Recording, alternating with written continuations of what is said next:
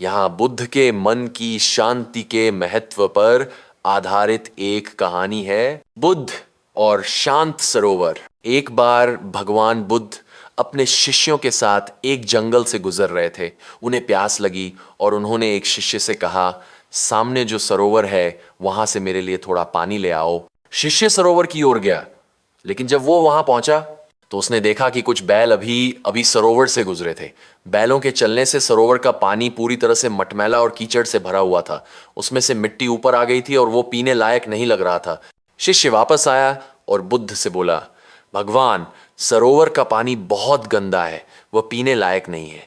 मुझे लगता है कि हमें आगे बढ़कर कहीं और पानी खोजना चाहिए। बुद्ध ने शांत भाव से कहा, कोई बात नहीं, वहीं रुको, थोड़ी देर बाद फिर से जाओ और पानी ले आओ। शिष्य को थोड़ी हैरानी हुई, लेकिन उसने गुरु की बात मानी। थोड़ी देर बाद वो फिर सरोवर के पास गया। इस बार भी पानी उतना साफ नहीं था, क्योंकि कुछ लोग कपड़े धो रहे थे और कुछ बच्चे खेल रहे थे, जिससे पानी फिर से हिल गया था।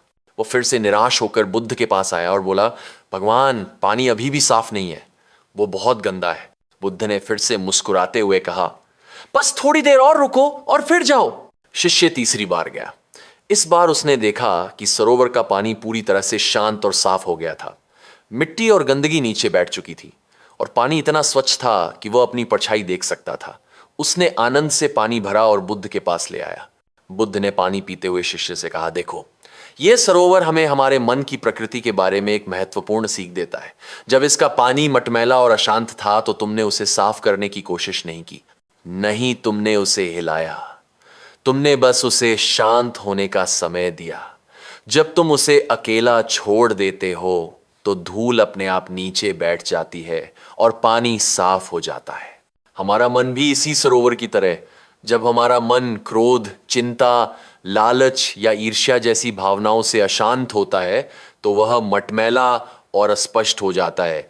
उस समय यदि हम उसे जबरदस्ती शांत करने की कोशिश करते हैं या भावनाओं से लड़ने लगते हैं तो वह और भी अशांत हो जाता है। लेकिन यदि हम अपने मन को थोड़ा समय देते हैं, उसे शांत होने देते हैं और उसे हस्तक्षेप किए बिना देखते हैं, तो भावनाएं धीरे धीरे अपने आप नीचे बैठ जाती हैं।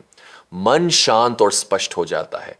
तब हम चीजों को स्पष्ट रूप से देख पाते हैं और सही निर्णय ले पाते हैं। ये कहानी हमें सिखाती है कि मन की शांति बाहरी परिस्थितियों को नियंत्रित करने से नहीं आती, बल्कि अपने आंतरिक विचारों और भावनाओं को समझने और उन्हें बिना विचलित हुए शांत होने देने से आती है।